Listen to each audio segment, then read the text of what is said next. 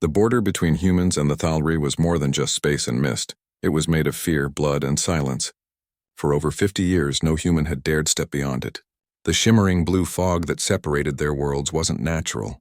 It was a field of alien energy, humming with quiet warning, marking the end of everything familiar. Beyond it lay the Thalri Dominion, a place every human had been taught to fear since childhood. Captain Elias Trent had spent 7 years posted near that border. His outpost, Station Vega 9, was small and lonely, surrounded by endless stars and the quiet hum of old machinery.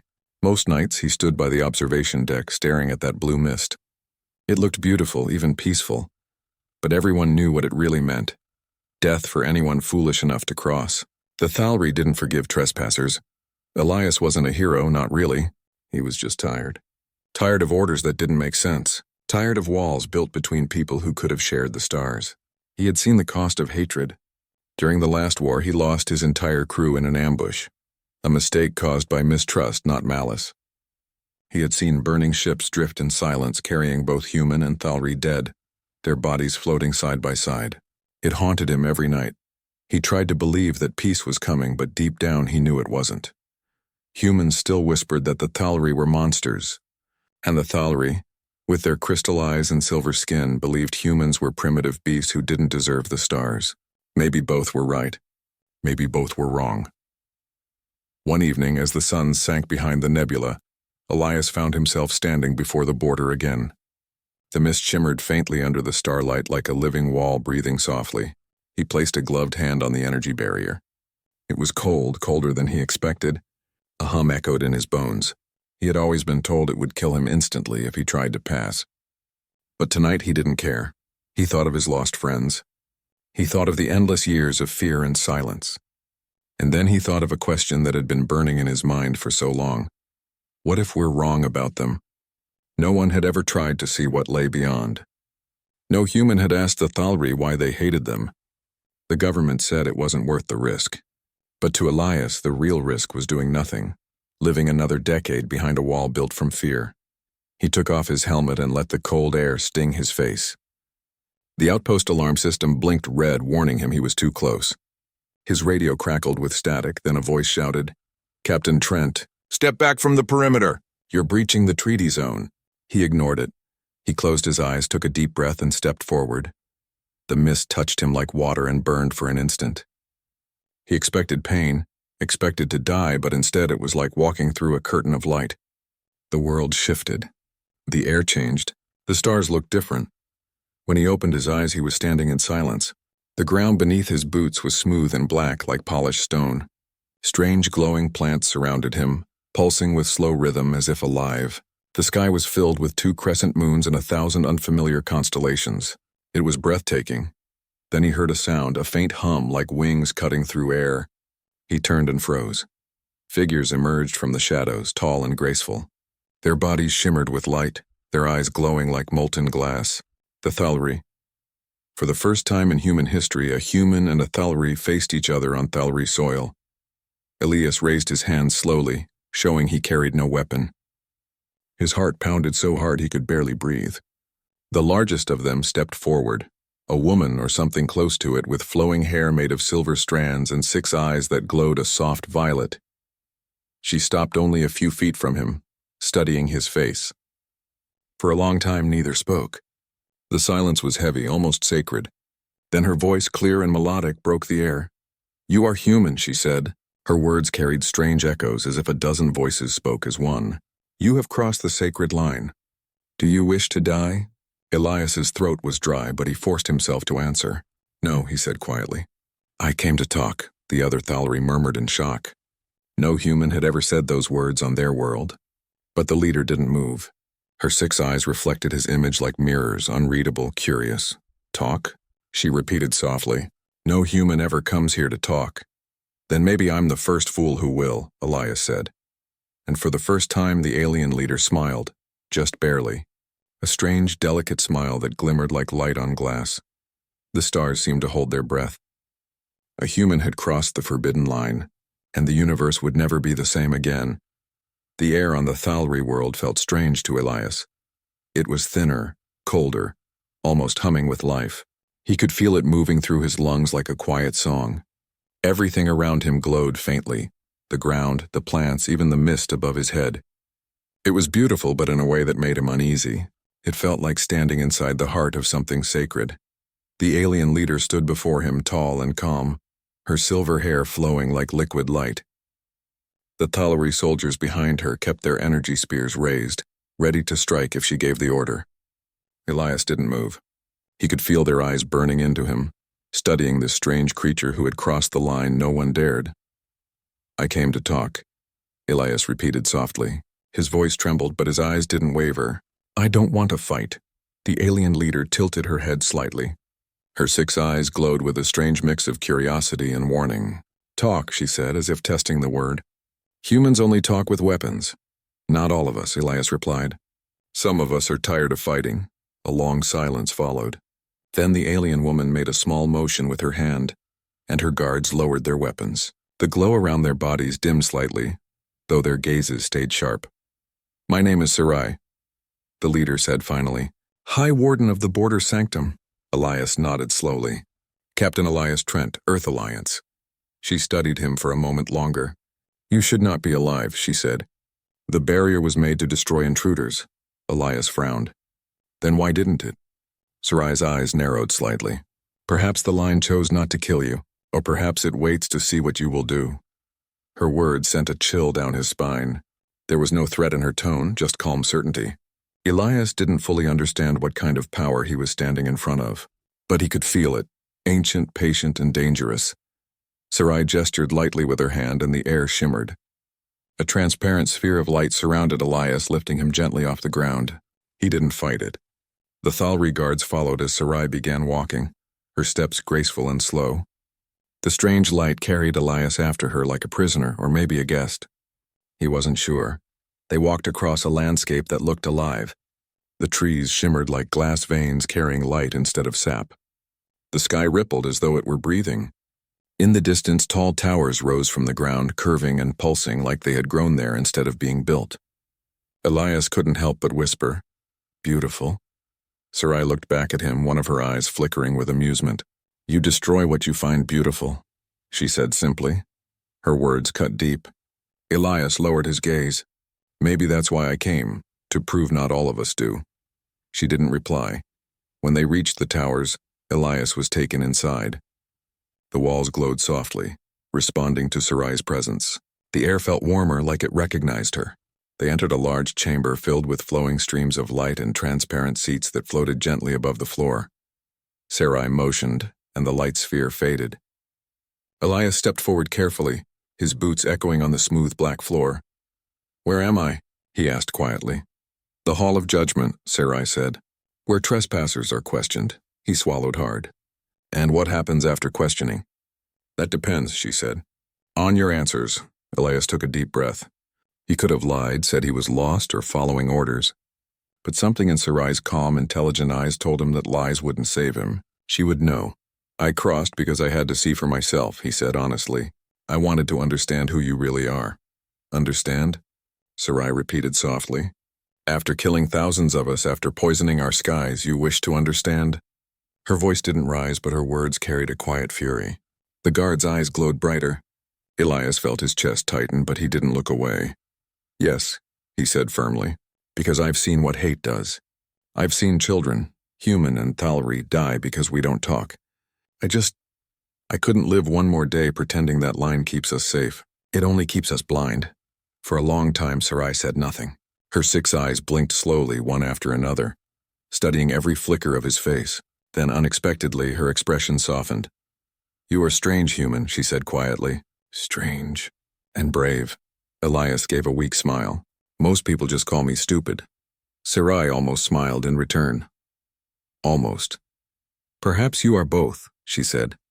"We shall see which one keeps you alive." She turned and gave a brief order in her melodic language. The guards lowered their weapons completely. "Take him to the observation chamber," Sarai commanded. "He will not be harmed." Elias blinked in surprise. "You're not killing me?" "No," she replied calmly. "I want to know why the barrier let you live, and why out of all your kind it allowed you to cross." Elias blinked in surprise. "You're not killing me?" No, she replied calmly. I want to know why the barrier let you live, and why, out of all your kind, it allowed you to cross. As the guards led him away, Elias looked back at Sarai. For a brief moment, her eyes met his again, not with anger, but with something else. Something curious. Something human.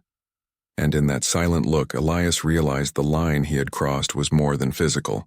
It was the line between fear and understanding, and maybe, just maybe, he wasn't the only one ready to cross it. Elias didn't sleep that first night in the observation chamber. The walls glowed with a soft blue light that pulsed like a heartbeat, and the air carried a low hum that seemed to whisper through his bones. It wasn't a cell, not exactly. There were no locks or chains, just invisible walls made of energy. It felt more like being watched than being trapped. He sat on the smooth floor, staring at the strange patterns shifting across the wall.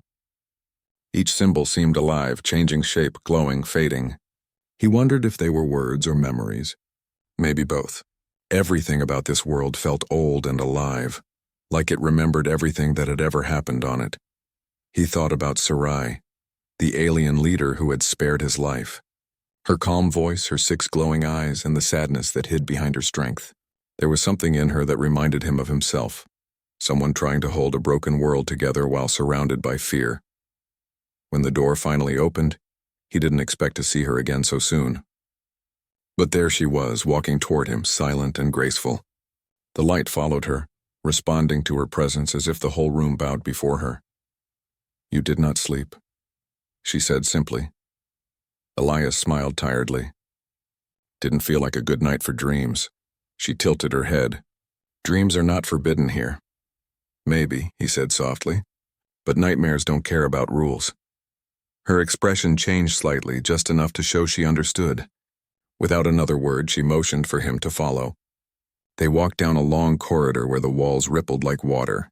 Through the transparent floor, Elias saw rivers of light flowing beneath them. It was unlike anything human-made, too organic, too beautiful. Sarai led him into a wide hall filled with floating spheres that displayed moving images. Each orb held scenes of war, ships burning, soldiers fighting, worlds falling apart. Elias stopped, staring in horror. He recognized some of those battles. The Siege of Nemos, the fall of Vega 3, battles he had studied at the Academy. But here the perspective was different. These were Thalri recordings, showing their people dying, their homes destroyed, their skies burning. Sarai stood beside him. Do you know this war? She asked quietly. I fought in it, Elias admitted.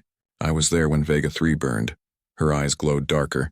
And how many Thalri did you kill? He hesitated. Too many, he whispered. But not enough to make it right. There was silence. Then Sarai walked closer to one of the glowing spheres. A soft blue light reflected off her face. That was my home, she said, pointing at the image of a city collapsing into flames. Our temples fell. Our rivers turned to ash. I was there when your kind's bombs fell. I watched the sky break open. Elias felt a deep ache in his chest. I'm sorry, he said quietly. She looked at him sharply. Your kind always says sorry after the damage is done. He nodded, not trying to defend himself. You're right. But maybe saying sorry isn't the end. Maybe it's the start of something else. Her 6 eyes studied him again, searching for deceit. But there was none. Just a tired man standing in front of the weight of history, trying to find meaning in all the pain. You risked your life crossing the border, she said slowly. Why? Because I wanted to know, he said. To understand what really lies beyond the line, to see if there's still something human left in all this hate. Her voice softened, though her face stayed unreadable.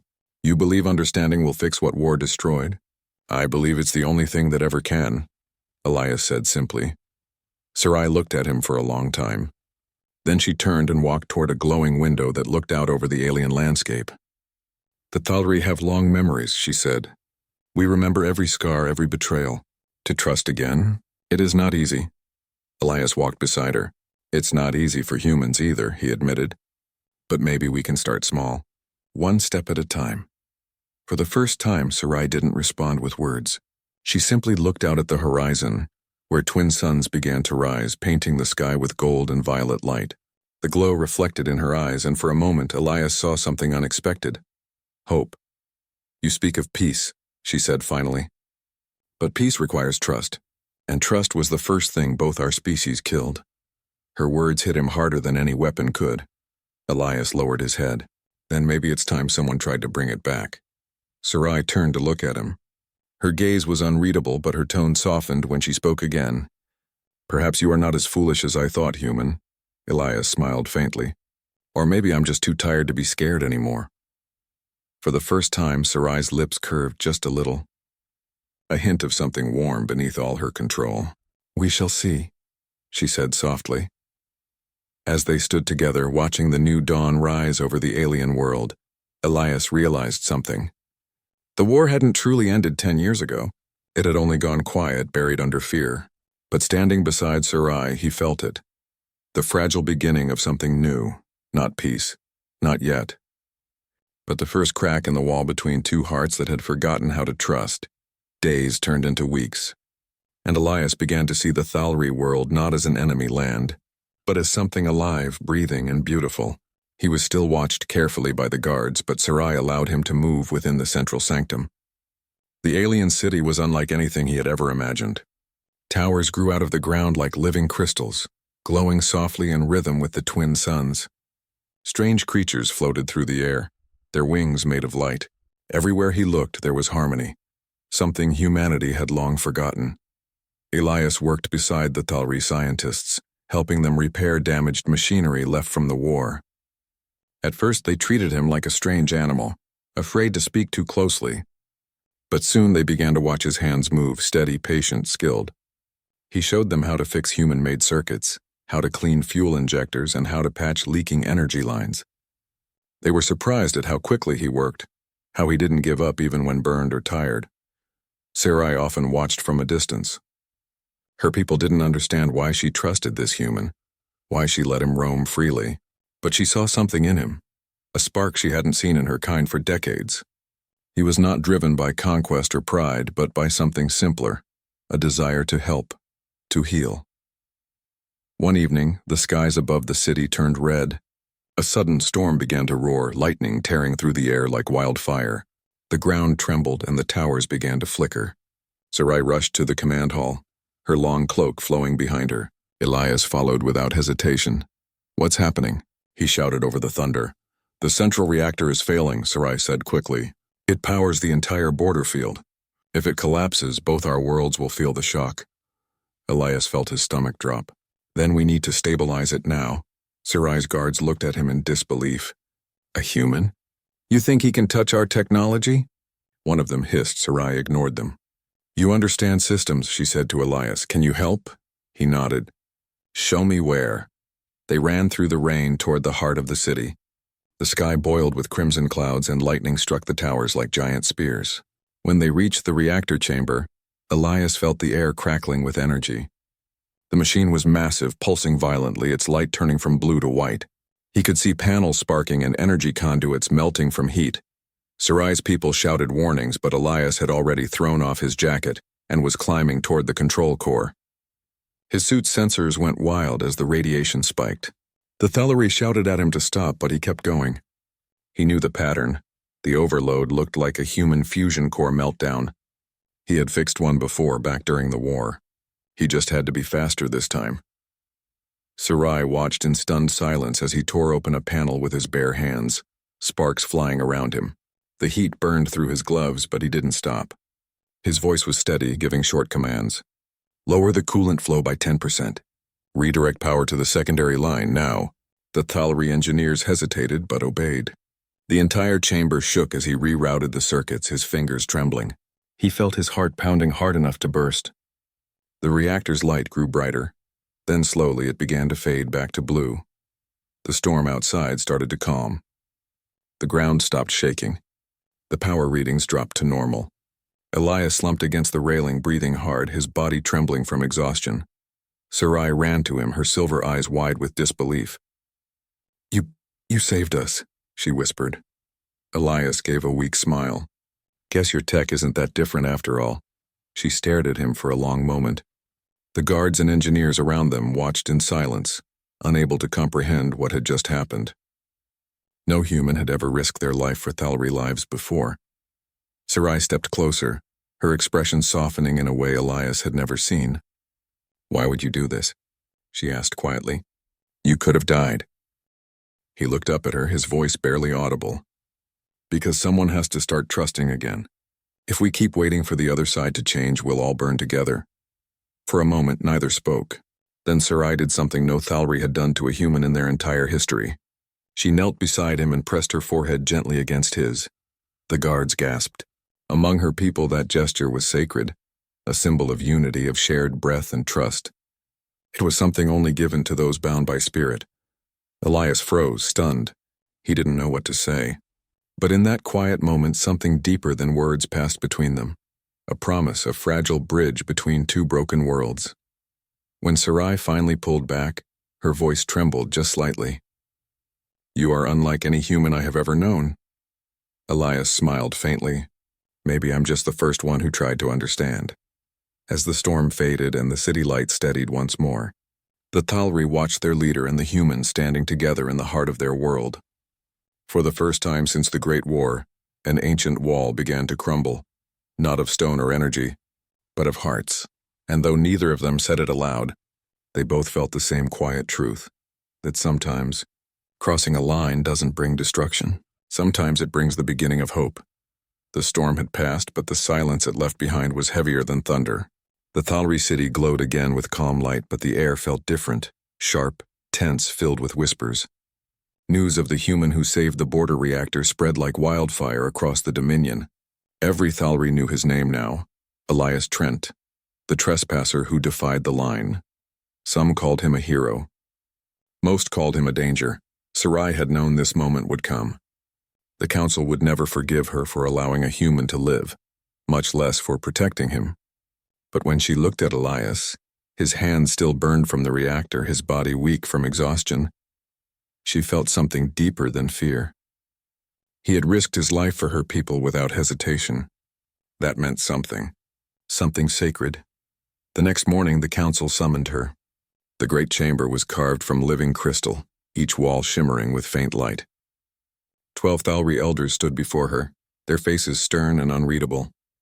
When Elias was brought in beside her, the room filled with sharp murmurs.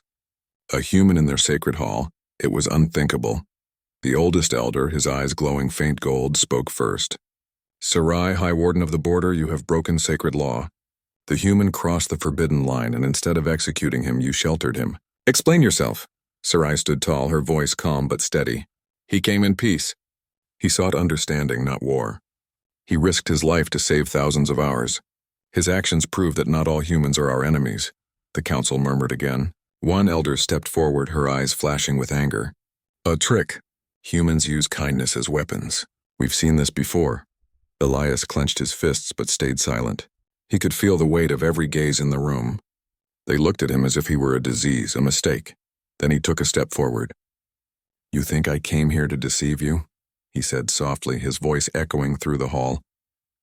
But I didn't come with weapons. I came with hope. You don't have to believe me, but you saw what I did. I didn't risk my life for a strategy. I did it because it was right. A few elders lowered their eyes. Others hissed in disapproval. But Sarai's eyes never left him. The head elder's voice boomed again. You speak of peace, human, yet your kind built the weapons that scarred our skies. Why should we listen to the murderer of our children? Elias's throat tightened. He could have defended himself, could have spoken of human losses, of pain and vengeance. But he didn't. Instead, his voice broke softly. Because I've buried children too. Human ones. And they died because we both chose hate over understanding. For a moment, even the council was silent. The words hung in the air, raw and honest. Then finally, the head elder spoke again. You have courage, human. But courage does not erase law. He turned to Sarai. And you, Warden, have allowed this. You are bound by the code. You must answer for your actions. Sarai's voice remained calm. Then I will answer, she said. But not with regret. The room filled with shocked murmurs. Elias stepped closer to her. Sarai, you don't have to do this. She turned to him, her voice low but firm. I do. You crossed the border because you believed in something bigger than fear. If I cannot do the same, then I do not deserve to lead. The guards approached. Elias tried to stop them, but Sarai placed a hand gently on his arm. Do not fight, she whispered. You showed them something they had forgotten. That is enough. The guards led her away, silver chains glowing faintly against her pale skin. Elias stood frozen, helpless as she disappeared beyond the crystal doors. He wanted to shout to break through, but every guard's weapon was aimed at him now.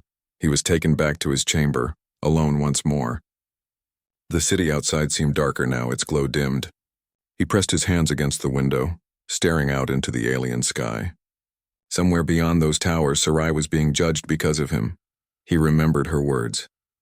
Peace requires trust, and trust was the first thing both our species killed. He realized she was right, and yet she had trusted him anyway. Elias sat down, his chest tight with anger and sorrow. He had come to build understanding, but now Sarai might lose everything because she believed in him. He thought about leaving, about escaping and going back to human space. But the thought made him sick. If she was willing to risk her life for him, he couldn't walk away. As the alien night fell, he looked up at the twin moons glowing faintly above the city. "You saved me once," he whispered to the sky. "Now it's my turn."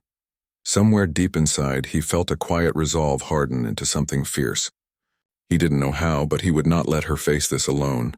And as the wind whispered through the glowing towers, the human who had crossed the forbidden line prepared to cross one more, the line between obedience and defiance. The next dawn came slowly, with a dull red light creeping across the alien horizon. Elias hadn't slept. His mind was full of Sarai's face, the calm courage in her eyes as she was taken away in chains. Every word she spoke echoed inside him like a wound that refused to close. He knew the Thalari laws were ancient and merciless, and if the council found her guilty, her punishment would be severe. He couldn't let that happen. When the guards came for him, Elias didn't resist. They led him through the glowing corridors of the Crystal Citadel to the Hall of Judgment. The great chamber was filled with thousands of Thalari, soldiers, scholars, citizens, all gathered to witness the trial of the human and the traitor warden. The energy in the air was heavy, vibrating with quiet anger and curiosity. At the center stood Sarai. Her wrists were bound by silver restraints that shimmered faintly. But she didn't look defeated. She stood tall, her head high, her gaze steady. When her eyes found Elias being escorted in, she gave a small nod, a silent message that steadied his heart. The head elder, his long crest of silver scales glinting in the light, rose from his seat. His voice rolled through the hall like thunder. "Sarai of the Border and Elias Trent of Earth, you stand accused of violating the sacred law between our peoples. One of you crossed the line, the other protected him. Both acts are punishable." A murmur ran through the hall. Elias could feel the tension pressing on his skin. The elder continued, "Before we decide your fate, you may speak, but speak wisely, for your words may be your last." Sarai spoke first. Her voice was calm but full of fire. "I did what I believed was right. The human risked his life to save ours. He broke no law of hate or war, only the one of fear. If compassion is now a crime, then I accept my guilt." Gasps filled the chamber. The elders exchanged uneasy glances. Then the head elder turned to Elias. "And you, human? Why did you come here knowing our laws forbid your kind from crossing the border?" Elias hesitated. Every eye was on him, thousands of alien eyes filled with suspicion, fear, even hatred.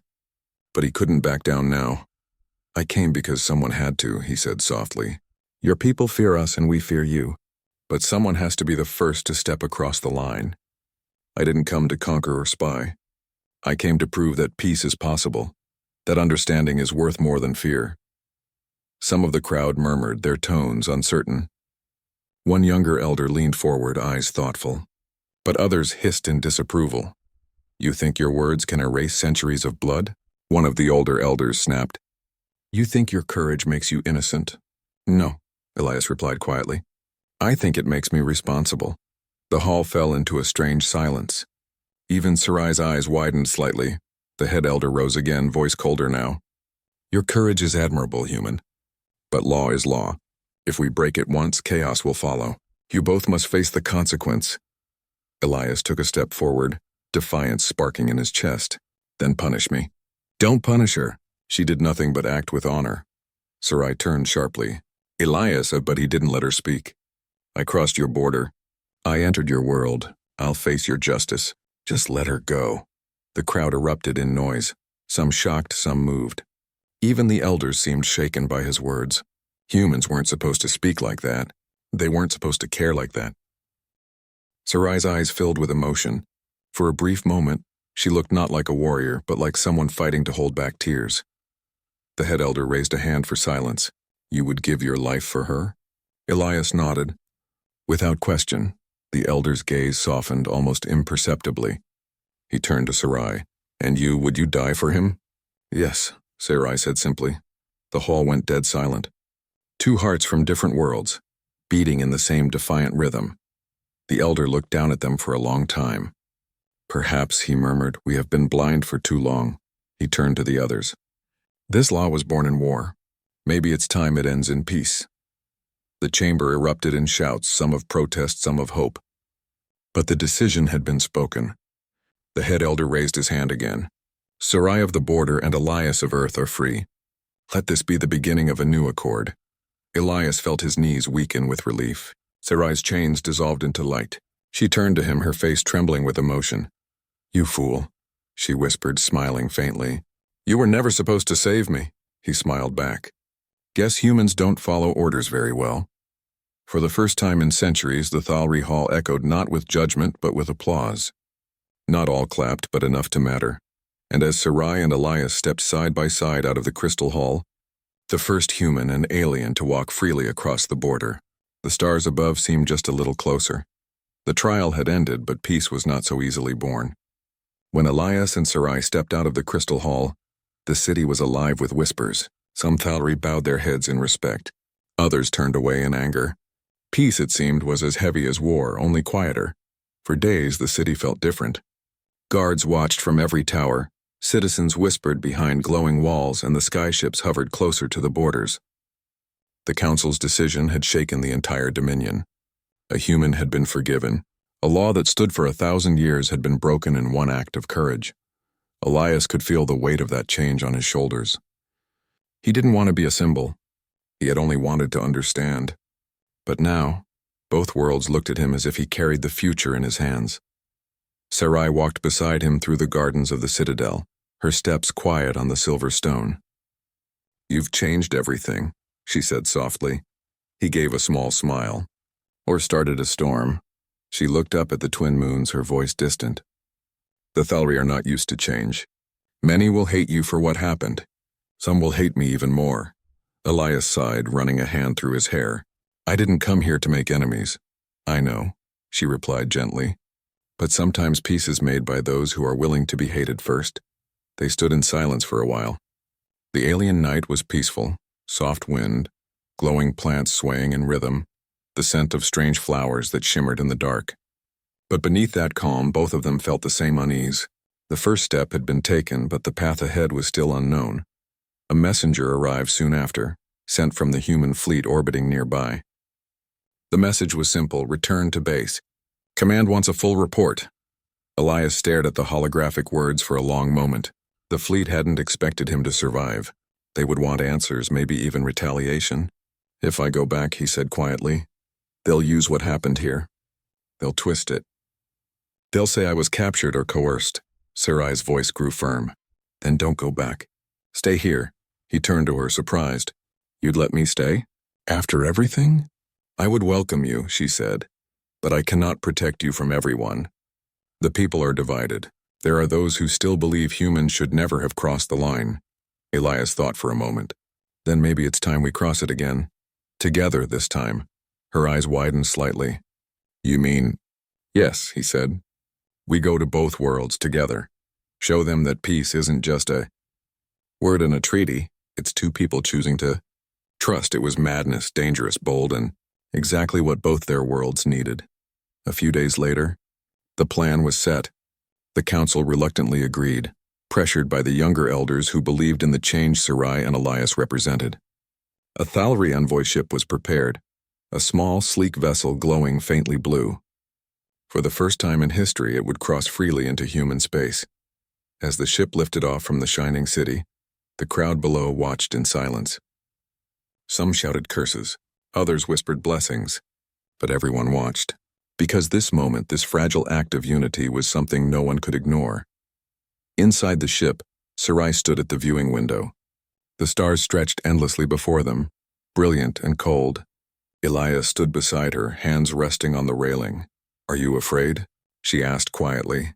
He smiled faintly. "Terrified. But I think that's how peace begins." Sarai looked at him for a long moment, then nodded. "You crossed a forbidden line, Elias Trent, and because of that we all see the stars differently now." He looked out at the endless dark between the galaxies. "Maybe lines were never meant to divide," he said softly. "Maybe they were meant to show us where to start building bridges."